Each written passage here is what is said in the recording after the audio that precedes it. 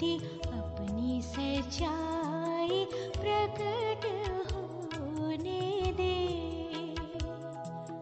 अपनी ज्योति अपनी सच्चाई प्रकट होने दे।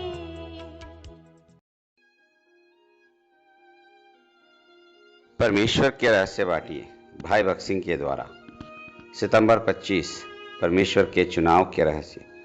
वे सब जो परमेश्वर के आत्मा के चलाए चलते हैं वे परमेश्वर की संतान हैं।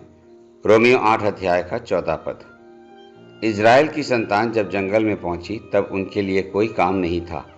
उनके पास कोई खेती बाड़ी नहीं थी और उनके रहने के लिए कोई घर नहीं थे। और उनके खाने के लिए प्रभु ने कहा, मैं प्रतिदिन मन्ना दूंगा। लेकिन उन्हें एक काम करना था कि उन्हें अपने डेरे में तब तक रहना था, आगे नहीं चलता था। गिनती की पुस्तक 9 अध्याय 18 से 22 पद तक। जैसे ही बादल उठता था और जिस दिशा में भी वह जाता था, वह चाहे दिन का समय हो या रात का, उन्हें फौरन उठकर चल देना पड़ता था। जब तक वे जंगल में रहे वे अपनी मर्जी से कभी भी कहीं नहीं जा सके थे। वे परमेश्वर के लोग थे और यह जरूरी था कि हर एक बात में वे परमेश्वर की अगुवाई, शासन और नियंत्रण में रहें। यह एक सहज पाठ था, लेकिन यह एक ऐसा पाठ था जिसे सीखना उनके लिए बहुत मुश्किल था। परमेश्वर आपको और मुझे भी यही पाठ सिखाना चाहता है कि हम पवित्र आत्मा की अगुवाई द्वारा चलना सीखें।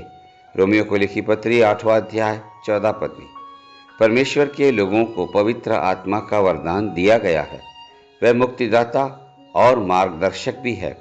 यह जरूरी है कि परमेश्वर की एक संतान सिर्फ पवित्र आत्मा द्वारा ही नियंत्रित और शासित हो। यह तभी संभव होता है जब हम अपनी खुदी में मर जाते हैं। यह पाठ सीखने में बहुत साल लग जाते हैं। जंगल में से परमेश्वर के लोग कनान देश में आए, जो प्रतिज्ञा का वह देश था जिसमें दूध और मधु की धाराएं बहती थी, जो परमेश्वर द्वारा एक प्रतीकात्मक चिन्ह था कि वह अपने लोगों के लिए प्रबंध करता है।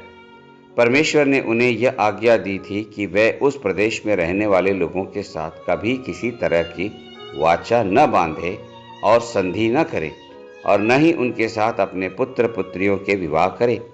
फिर भी उन्होंने यह आज्ञाएं न मानने द्वारा परमेश्वर को निराश किया।